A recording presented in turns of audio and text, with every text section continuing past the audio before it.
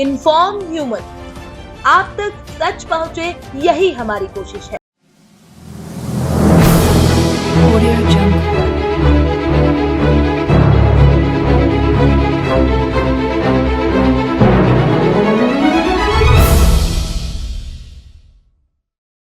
पन की कमजोरी और नन्हे बच्चे का दर्द वही जानता है जो इस आजाद भारत में दूसरों के लिए जीता है। जी हाँ, भारत देश में तकरीबन 2.5 करोड़ बच्चे कुपोषण का शिकार हो चुके हैं। ये वो मासूम बच्चे हैं जो अपनी जिंदगी को शुरू करने से पहले ही कुपोषण जैसी गंभीर बीमारी से लड़ते हैं। इनकी आस, इनकी उम्मीद, इनका सपना सिर्फ एक है, इन्हें कुपोषण से मुक्त होना है और एक आम इंसान की तरह जिंदगी जीना है। मैं पिछले 17-18 सालों से स्लम एरियाज़ में जाकर महिलाओं के साथ काम कर रही हूँ, जहाँ मुझे सबसे ज़्यादा ये दिखाई दिया कि महिलाओं की परेशानी का सबसे बड़ा कारण उनके वो कुपोषित बच्चे, वो कमज़ोर बच्चे हैं जिन्हें प्रॉपर पोषक आहार नहीं मिलता और साथ ही डॉक्टरी सुविधाएं भी उन्हें प्रॉपरली नहीं मिलती है। विभिन्न क्षेत्रों में विभिन्न प्रकार के गौरवशाली अवार्ड भी ग्रहण किए हैं। भारत गौरव अवार्ड मिला है, Rajiv Gandhi excellence national award. कोई सा भी क्षेत्र नहीं छोड़ा मैडम, जहाँ जैसी उपयोगिता लग रही, वृद्धाश्रम भी पहुंच गए, बच्चों के बीच भी पहुंच गए, धर्म पे, महिलाओं के बीच, दीपावली पे पटाखे बांट दिए, तो होली पे रंग गुलाल। और अभी भैया जी, पहला वाला जब कोविड लगा था तब तो हमने बहुत जम के काम किया, मतलब 58 दिनों तक हमने 1000 फूड पैकेट्स बनाकर और बांटे हैं। मैडम, आपने शिक्षा क्षेत्र और स्वास्थ्य क्षेत्र, धर्म क्षेत्र, सनातन क्षेत्र, सेवा कार्य, सभी क्षेत्रों को आपने छुआ है। You are multi dimensional. और जहाँ मैं जिस सेवा बस्ती में जा रही हूँ तो वहाँ की आसपास के क्षेत्रों की आंगनवाड़ी कार्यकर्ताओं से थोड़ी सी लिस्टिंग करा लेती हूँ, एक रफ आइडिया लेकर फिर उसके ऊपर काम करना शुरू करती हूँ, क्योंकि उन लोगों को ज्यादा आइडिया होता है। मेनली बच्चों के लिए, स्पेशली कुपोषित बच्चे और साथ में जो महिलाएं पीड़ित होती है उन पे ज़्यादा फोकस करती आई हूँ और सबसे ज़्यादा काम भी मैंने उन्हीं लोगों के लिए किया है। नमस्कार, इन्फॉर्म ह्यूमन में आप सभी का स्वागत है। मैं स्थानीय संपादक चेतन उपाध्याय। आज स्टूडियो में हमारे साथ हमारे चीफ एडिटर राजेश व्यास और त्रिपाठी जी हमारे बीच में, हमारे संपादक यहाँ पर उपस्थित हैं। और आज हम एक ऐसी शख्सियत से चर्चा करने के लिए उपस्थित हैं जो देवास का गौरव है, एक ऐसे साधक जिन्होंने सामाजिक क्षेत्र में बड़ी उल्लेखनीयता हासिल की है, डॉक्टर मनीषा बावला जी। मैं आदरणीय राजेश व्यास जी से निवेदन करता हूं कि ऐसी शख्सियत का साक्षात्कार लेकर के समाज और देश को हम ये बताने जा रहे हैं कि किस तरह से लोग साधक बन करके और सेवा का एक उल्लेखनीय सोपान रचते हैं। आपका बहुत स्वागत है। और ये जो विचार आया, ये कहाँ से आया? मैं एक्चुअली अपने बचपन से ही देख रही थी कि जैसे हमारे यहाँ बर्तन वाली आ रही है या कोई भी इस तरह की महिलाएं जो काम करने आ रही है, कहीं ना कहीं वो अपने बच्चों से, अपने परिवार से बहुत परेशान रहती थी। मैं आउट ऑफ द वे जाके जो मेरे से हेल्प हो पाती थी वो करती थी। ऐसे करते करते आगे बढ़ती चली गई। बात बचपन शब्द का आपने उपयोग किया, बचपन में भी आपको लगता था कि यहाँ मुझे कुछ हाँ, मैं बहुत इमोशनल हूँ, तो मुझे फील हमेशा से आता था। कोई भी अगर अपना दुखड़ा आकर मुझे सुनाता है तो मुझे पता नहीं, शुरू से ये प्रॉब्लम होती है कि अगर इसने मुझे सुनाया है तो इसका सॉल्यूशन मुझे ही निकालना है। एक और शब्द आपने अभी कहा, इमोशनल हैं। और चूंकि जब हम आपके सेंटर पर पहुंचते हैं, कई सारे मरीजों से, परिजनों से मेरी बात भी होती है कई बार, तो वो कहते हैं ये एक ऐसा सेंटर है जहां बात्सल्य मिलता है। आपके यहाँ लोग आते हैं, आप उनको चाय पिलाते हैं, ठंडा पानी पिलाते हैं, उनके लिए ऐसा माहौल देते हैं कि वो परिवार से, और कई लोग मानते हैं कि ये परिवार से जुड़ाव ऐसा हो गया है कि वो वर्षों से आपके यहाँ ही पहुँच रहे हैं, डॉक्टर साहब के पास पहुँचते हैं। ये इमोशनल जो है, यही आपको प्रेरित करता है समाज सेवा। समाज सेवा का जो क्षेत्र है वो कई हिस्सों में बटा हुआ है, लेकिन आप किस तरह की क्षेत्र में सेवाएं करने के लिए उत्सुक हैं? मैं मेनली बच्चों के लिए, स्पेशली कुपोषित बच्चे और साथ में जो महिलाएं पीड़ित होती हैं उन पे ज़्यादा फोकस करती आई हूँ और सबसे ज़्यादा काम भी मैंने उन्हीं लोगों के लिए किया है। निश्चित तौर से आपने फाइल दिखाई है तो महिलाओं के उत्थान के लिए, उनकी मजबूती के लिए, उनको अपराधों से बचाने के लिए, उनको सशक्त बनाने के लिए लगातार आपने कई सारे काम किए हैं। कुपोषण को लेकर तो बहुत सारे बच्चों को आपने गोद भी लिया है। तो 3000 बच्चे गोद ले चुकी हूँ मैं। 3000 बच्चे गोद लिए। हाँ, गोद लेकर ये एक बड़ा आंकड़ा है। कुपोषण से सुपोषण पर ला चुकी हूँ मैं। मेरा आपसे निवेदन है कि ये मैडम का एक जो व्यवस्थित परिचय है वो इसको आप पढ़िए ताकि हमारे दर्शक इस शख्सियत को विस्तार से समझ सकें। ये मैडम का बायोडाटा है। नाम श्रीमती डॉक्टर मनीषा वापना। डेजिग्नेशन है MA, LLB, LLM, diploma in cyber law. Designation की फेरिस्त तो बहुत बड़ी है क्या और उतनी ही बड़ी शख्सियत भी है हमारे सामने। डॉक्टर इन नेचुरोपैथी। पति जी का नाम डॉक्टर प्रमोद वापना। स्थायी और वर्तमान पता है आपका वार्ड क्रमांक 23, 24 अग्रोहा नगर, देवास। पद सदस्य किशोर न्याय बोर्ड, राष्ट्रीय गौ महासंघ की राष्ट्रीय अध्यक्ष। क्या बात है। सनातन के विशेष पुजारी हैं ये।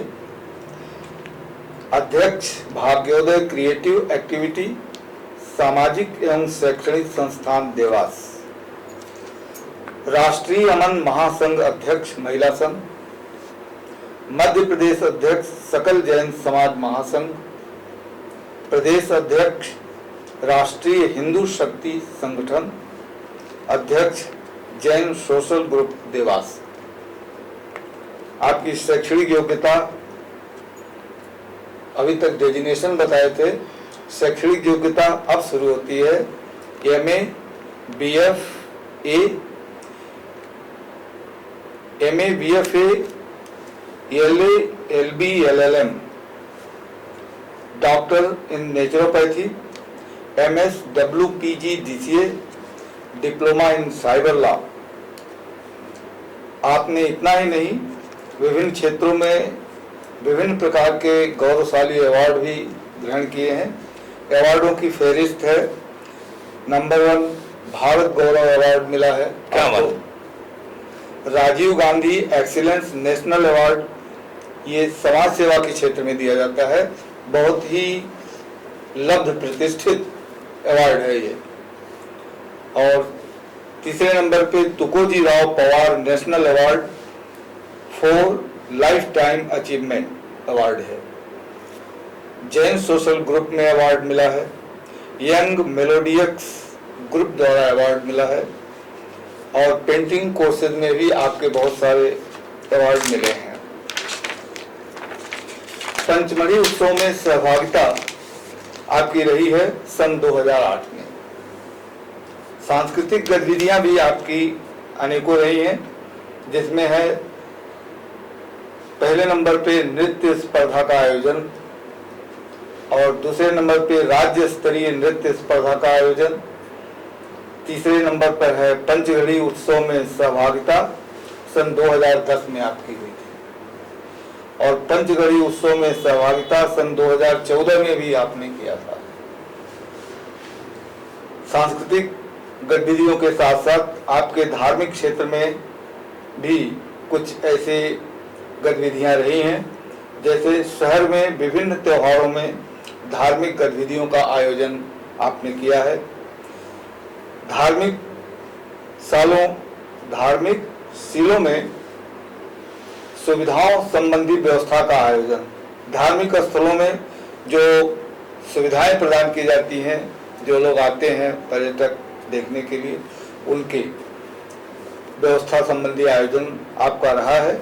विशेष अवसरों पर समारोह का आयोजन होता रहा है आपके द्वारा। इसके साथ साथ सामाजिक क्षेत्र संबंधी कुछ अन्य विवरण हैं, जिसकी बहुत ही लंबी एक लिस्ट है। इसको हम पढ़ेंगे अभी। और चूंकि बीच में मुझे एक प्रश्न अभी ध्यान में आया है, नहीं तो वो स्लिप हो जाएगा। हाँ। इसको और आगे बढ़ाइएगा। जब परसों हमारी बात हो रही थी, धार्मिक सिलसिले की बात हुई, तब जितनी सक्रियता आपकी समाज के कार्यों में दिखाई देती है, उतनी ही रुचि आपकी धर्म के प्रति भी। बिल्कुल। किस तरह की धार्मिक गतिविधियों में आप संलग्न रहते हैं? कहीं भी धार्मिक आयोजन होते हैं तो जहाँ भी मेरे से जो कोऑपरेशन में कर सकती हूँ वो करती हूँ।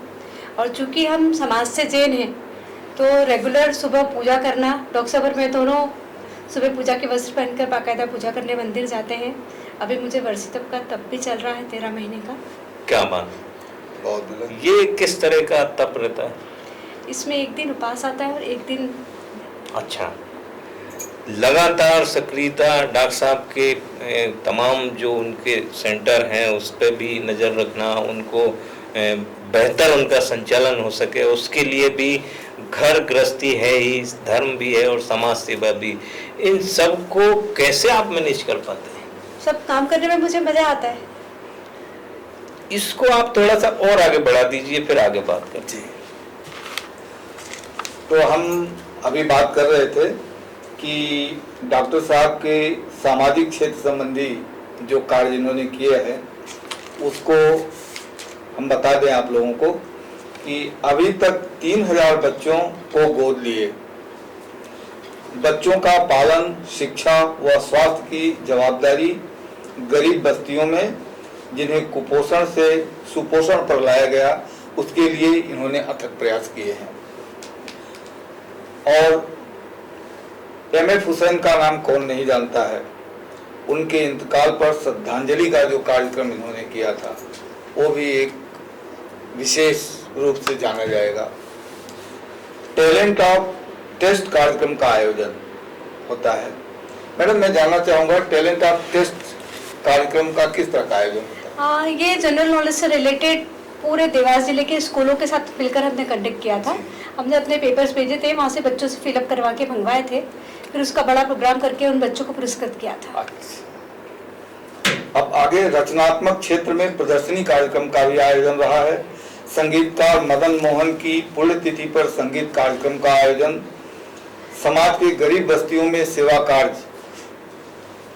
का जो योगदान रहता है वो भी किया है।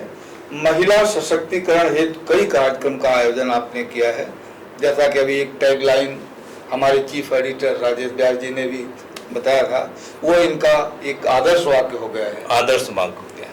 तो महिला सशक्तिकरण के क्षेत्र में कार्य हुआ है। ऊर्जा के वैकल्पिक स्रोतों पर कार्यशाला का आयोजन। आज ऊर्जा का बहुत बड़ा संकट है। जैव ऊर्जा समाप्त होने के कगार पे, पेट्रोलियम और सब, तो रिन्यूएबल सोर्सेज वैकल्पिक स्रोतों को कैसे यूज में लाया जाए, कैसे उस पर और अधिक कार्य किया जाए, इसके बारे में कार्यशाला का आयोजन किया है। मतलब एकदम बिल्कुल करंट चीज़ों को इन्होंने लिया है। चित्रकला प्रदर्शनी में चित्रकला का प्रदर्शन, कुपोषित बच्चों हेतु पोषण कार्यक्रम का आयोजन, चित्रकला के बढ़ावा हेतु चैरिटी शो का कार्यक्रम, स्वास्थ्य संबंधी शिविर कार्यक्रम का आयोजन, जो कि आज के समय में बहुत ही ज्वलंत समस्या है स्वास्थ्य लोगों को लेकर के। इसमें लोगों को जागरूकता लाना।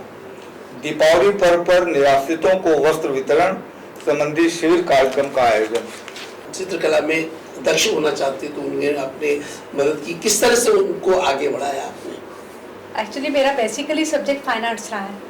मेरा बेसिक एजुकेशन मैंने 11th क्लास से फाइन आर्ट्स लेके और फिर आगे सारा किया, तो मुझे कला के प्रति बचपन से बहुत ज़्यादा रुझान रहा है। तो चूंकि अब मैं बहुत सारी दूसरी फील्ड में चली गई तो खुद के लिए कला का ज़्यादा उपयोग नहीं कर पाती हूँ, तो कहीं मुझे कोई लगता है ऐसा तो मुझे उसे मोटिवेट करना, आगे बढ़ाना और इस तरह से कॉम्पिटिशन्स करवाना, प्रोग्राम्स कराना, इनमें बहुत मज़ा आता है। बिल्कुल। एक और प्रश्न था, जब आप ये बातचीत हो रही थी, सेवा बस्तियों में जाके उन वहाँ के लोगों की, गरीब बच्चों की सेवा करना, ये किस तरह की गतिविधि रहती है आपकी? वहाँ कैसे काम करते हैं? सेवा बस्तियों में वस्त्र बांटते हैं कि उनको कुछ उपहार देते हैं या उनको शिक्षा देते हैं या पढ़ाते हैं, किस तरह से काम करते हैं? यह सब कुछ में हम अपने स्वयं के खर्चे से ही करते हैं। आज तक मैंने मेरे जीवन में कभी किसी से 1 रुपया नहीं लिया है। बिल्कुल बहुत बड़ी चीज़ है। और जहाँ मैं जिस सेवा बस्ती में जा रही हूँ तो वहाँ की आसपास के क्षेत्रों की आंगनवाड़ी कार्यकर्ताओं से थोड़ी सी लिस्टिंग करा लेती हूँ, एक रफ आइडिया लेकर फिर उसके ऊपर काम करना शुरू करती हूँ, क्योंकि उन लोगों को ज़्यादा आइडिया होता है। तो हमारे लिए काम करना ईजी हो जाता है उससे, कि रिक्वायर्ड क्या क्या है, तो उस हिसाब से रिक्वायरमेंट के हिसाब से सामान ले जाना, उनके सबके साथ बैठकर उन चीज़ों को डिस्ट्रीब्यूशन करना, बांटना, उनकी तकलीफें सुनना, वो तो सब उसी वे में कर पाती हूँ। उसका कुछ टाइम आपने निर्धारित किया है कि मुझे इस अवधि में पहुंचना है, या जब मन में जब मेरे पास फोन आ जाता है, सारी पूरे देवास की तो सारी आंगनवाड़ी कार्यकर्ताओं को ये अच्छे से पता है कि मैडम क्या क्या काम करती हैं। तो किसी के भी एरिया में जहाँ भी जिसको कोई प्रॉब्लम लगती है वो लोग डायरेक्टली मुझे कॉल कर लेते हैं, मैं वहाँ चली जाती हूँ, जिस तरह से जो जो रिक्वायरमेंट्स होती है वो फुलफिल करती हूँ। थोड़ा सा और आगे बढ़ा दीजिए, फिर कुछ प्रश्न निकलेंगे उससे। अब आगे है, आपने इन सबके अलावा भी वृद्धाश्रम में वृक्षारोपण का कार्यक्रम का आयोजन समय समय पर करती रहती हैं। सामाजिक विकास एवं ऊर्जा बचत हेतु कार्यक्रम का आयोजन। अच्छा, इसमें जो खास बात निकल के आ रही है, इसको आप कंटिन्यू रखिएगा कि कोई सा भी क्षेत्र नहीं छोड़ा मैडम, जहाँ जैसी उपयोगिता लग रही, वृद्धाश्रम भी पहुंच गए, बच्चों के बीच भी पहुंच गए, धर्म पे, महिलाओं के बीच, दीपावली पे पटाखे बांट दिए, तो होली पे रंग गुलाल, और अभी आपके आयोजन हुए भी थे। मतलब हर क्षेत्र को आपको लगा कि ऊर्जा के क्षेत्र में काम करना है, वहां आपने काम किया। भैया जी, पहला वाला जब कोविड लगा था तब तो हमने बहुत जम के काम किया, मतलब 58 दिनों तक हमने 1000 फूड पैकेट्स बनाकर और बांटे हैं। और कुछ शुरुआती कुछ दिनों में तो कहीं से खाना बनाने की व्यवस्था नहीं हो पा रही थी, और जब हमारा सेंटर भी बंद था तो डॉक्टर साहब, मैं और बच्चे, हम सबने मिलकर खाना बनाया और फूड पैकेट्स बना के हम पूरा परिवार बांटने गए। हम कोविड से बिल्कुल घबराए नहीं। बहुत बड़ी चीज़ होती है मैडम। आपने शिक्षा क्षेत्र और स्वास्थ्य क्षेत्र, धर्म क्षेत्र, सनातन क्षेत्र, सेवा कार्य, सभी क्षेत्रों को आपने छुआ है। You are multi dimensional. क्या बात है, आप बहुमुखी प्रतिभा की धनी हैं। और आगे भी अभी लिस्ट पड़ी हुई है, जिसको मैं आपको बोलता हूँ कि दहेज के खिलाफ भी आपने काम किया है। क्या बात। ये समाज की सब बताया जाता है कि समाज घरेलू हिंसा चूंकि काम करते हैं तो फिर दहेज प्रथा तो उसमें सबसे पहले आ जाती है, महिलाएं बहुत परेशान होती हैं। और रोजगार संबंधी प्रशिक्षण भी समय समय पर कार्यक्रम का आयोजन किए हैं। शासकीय विद्यालयों में वृक्षारोपण और विकास संबंधी कार्यक्रमों के प्रचार और प्रसार हेतु क्या विकास संबंधी कार्यक्रम हुआ है अपने यहाँ, उसको भी जनता में एक अवेयरनेस के रूप में लिया है इन्होंने। और बेटी बचाओ पर कई कार्यक्रम आपने किया है, जो कि आज की सबसे बड़ी ज्वलंत समस्या है। एक प्रश्न मेरा ये मैडम आपसे कि आपके पति अपने देवास के लोकप्रिय डायग्नोस्टिक सेंटर चलाते हैं, अपना एडवांस डायग्नोस्टिक सेंटर। आप ये इतने सारे काम करते हुए अपने पति के उस महत्वपूर्ण सेंटर में मैनेजमेंट का काम करती है, और घर में भी ये देखा है कि आप बाकायदा अपने रसोई घर में भी लगी रहती है कि किस सारे स्टाफ और ये इस तरह का मैनेज करना एक महिला के लिए बड़ा दुविधापूर्ण। पता चला कि आप न्यायालय में हैं, और कभी आपको पता चला कि झुग्गी झोपड़ी में है, कभी संगीत के समारोह में है, कभी कहाँ किसी प्रतियोगिता। तो इस तरह के ये एक महिला होकर के और पारिवारिक आप पर जिम्मेदारी है, तो वो उसको किस तरह से मैनेज करती है? अंदर कुछ करने की इच्छा होती है तब तो सारे काम बहुत इजी हो जाते हैं, और मैं हर काम को एक्चुअली एंजॉय करती हूँ। और सबसे बड़ा मेरे हस्बैंड मुझे पूरा सपोर्ट करते हैं। उनको मैं 1 मिनट भी अगर खाली बैठी हुई दिख गई तो उन्हें टेंशन नहीं हो जाता है कि कुछ प्रॉब्लम में तो नहीं है। तो इसलिए मुझे ऐसा लगता है कि कुछ न कुछ जो मैं कर सकती हूँ, मुझे सब कुछ करना है। थोड़ा सा और आगे बढ़ा दीजिए इसको। अब आगे हम आते हैं। आपने बेटी बचाओ पर भी कई कार्यक्रम किए हैं। भ्रूण हत्या पर भी आप लोगों को घरों में जाकर के अवेयरनेस जगाए हैं और उन्हें शपथ भी दिलाई है। गुड टच बैड टच, जो कि आजकल के स्कूलों में एक पाठ्यक्रम के रूप में भी लिया जाता है, जो एडवांस स्कूल है, इस पर भी आपने कई कार्यक्रम दिए हैं। बेटियों को आत्मरक्षा के लिए कराटे की ट्रेनिंग भी दिलवाई है। राष्ट्रीय एकता पर बच्चों के लिए विभिन्न प्रकार के कार्यक्रम किए हैं। मैडम, देखिए, मैं जानना चाहूंगा कि बच्चों को राष्ट्रीय एकता के लिए अवेयरनेस लाने के लिए किस तरह का कार्यक्रम आप करते हैं? सारे समाजों को, बच्चों को एक साथ इकट्ठा करके कहीं हमने ड्राइंग कंपटीशन, कहीं उनको सब्जेक्ट देकर कि पूरा राष्ट्र कैसे एक हो सकता है, अलग अलग निबंध लेखन, मतलब विभिन्न ग्रुप के लोगों को, विभिन्न लोगों को आपस में जोड़ करके हाँ। और एक कड़ी बनाना। यस, ये रहा है आप, बहुत बड़ी चीज है। इससे लोगों में एकात्मता का भाव आएगा। गुड टच बैड टच अभियान जब आपने चलाया था जी, वो स्कूलों में चलाया होगा?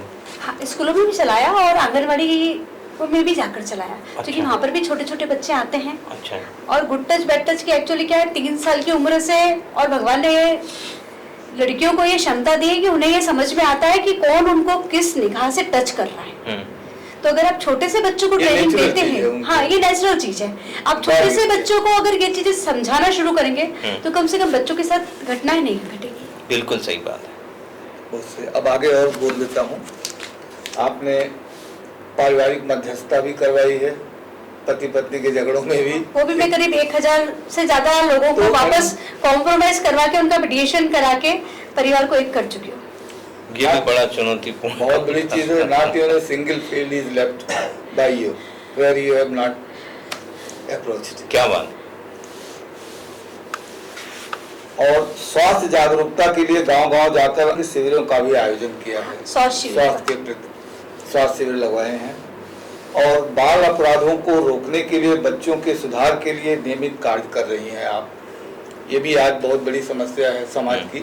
बाल अपराधी बहुत निकल रहे हैं, जिसका एक मोटिवेशनल आपकी कक्षाएं भी लगती हैं। वो कुछ आयोजन मैंने देखे हैं, आप कार्यक्रमों में पहुंचते हैं और मोटिवेशनल ट्रेनिंग, मोटिवेशनल वक्ता के रूप में रही हैं।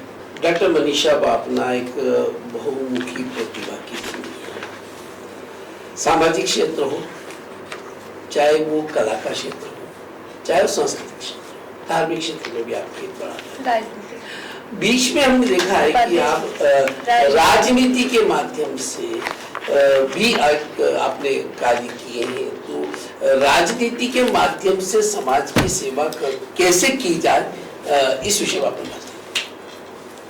एक्चुअली मैं सोशल वर्कर तो अपने बचपन से ही रही हूँ। राजनीति में जुड़ी इसलिए थी कि मैं राजनीति से जुड़ के जहाँ जहाँ मैं नहीं पहुँच पा रही हूँ या जहाँ मैं लोगों की मदद नहीं कर पा रही हूँ, तो कहीं ना कहीं मेरी राजनीतिक छवि भी मुझे हेल्प आउट करेगी, ताकि मैं ज़्यादा से ज़्यादा लोगों तक पहुँच पाऊँ, वहाँ लोगों की मदद कर। आपने पूरी सूची अभी पढ़ी है। इस सूची और इस व्यक्तित्व को जानने के बाद एक संपादकीय नज़र से आपका क्या ओपिनियन, अपना नजरिया है? हमने देखा है कि हर क्षेत्रों का अध्ययन करने के बाद सेंटर में, मूल केंद्र में समाज सेवा का ही भाव परिलक्षित होता है। डॉक्टर साहब के जितने भी कार्य हुए हैं, समाज का निर्माण कैसे हो, सभ्य समाज कैसे बने, मजबूत समाज कैसे बने, क्योंकि समाज ही राष्ट्र निर्माण की इकाई है। समाज ही राष्ट्र निर्माण। इसमें एक चीज और निकल के आती है, जब हम बातचीत शुरू कर रहे थे तब एक शब्द आया था बचपन, और फिर उसके बाद दूसरा शब्द था इमोशनल। जिसके मन में बचपन से समाज सेवा का भाव हो और हृदय यदि कोमल हो, इमोशनल टच हो, वही शख्सियत इस तरह के काम। टेंडर हार्ट होना जरूरी है। हृदय में भावनाओं का अगर ज्वार नहीं होगा तो समाज सेवा वो व्यक्ति नहीं कर पाएगा। भावनाएं अगर नहीं होगी तो आप कैसे समाज सेवा करेंगे? और समाज सेवा हमने देखा है, अभी हमारे उपाध्याय जी ने पूछा कि आप थकती नहीं हैं। बचपन में पढ़ाया जाता था हावी, अगर जो चीज आपकी हावी है तो अगर 24 घंटे आप काम कर रहे हो उस पे, तो यू आनंद आएगा। आनंद आता है तो आप कभी नहीं थकते। आनंद कभी नहीं थकेंगे नहीं। तो मैडम का समाज सेवा एक हॉबी है और इसमें ये कभी नहीं थकेंगी, इसको करती ही रहेंगी, निरंतर करती रहेंगी। इससे इनको और ऊर्जा मिलती है, न कि थकान आती है। मुझे लगता है ये बहुत सार्थक साक्षात्कार है और निश्चित तौर से भविष्य की प्लानिंग आपके मन मस्तिष्क में होंगी ही सही। फिर कभी हम फिर ऐसे ही बैठेंगे और अभी आपने जो किया है उस पर बात की है, फिर हम भविष्य में आप क्या करना चाह रहे हैं उस पर बात करेंगे। बिल्कुल। आज आपने यहाँ पे हमें समय दिया, बहुत धन्यवाद। Thank you. मैं अपने अथक प्रयासों से 3000 बच्चों को कुपोषण से सुपोषण की ओर ला पाई हूँ। अब हम अकेले नहीं रहे, हमारे साथ पूरे देश के बहुत सारे लोग मिल गए हैं जो पूरी तरह से अपना सपोर्ट कर रहे हैं इस मुहिम को चलाने के लिए, और सभी लोग मिलकर कुपोषण फ्री इंडिया बनाने का प्रयास कर रहे हैं।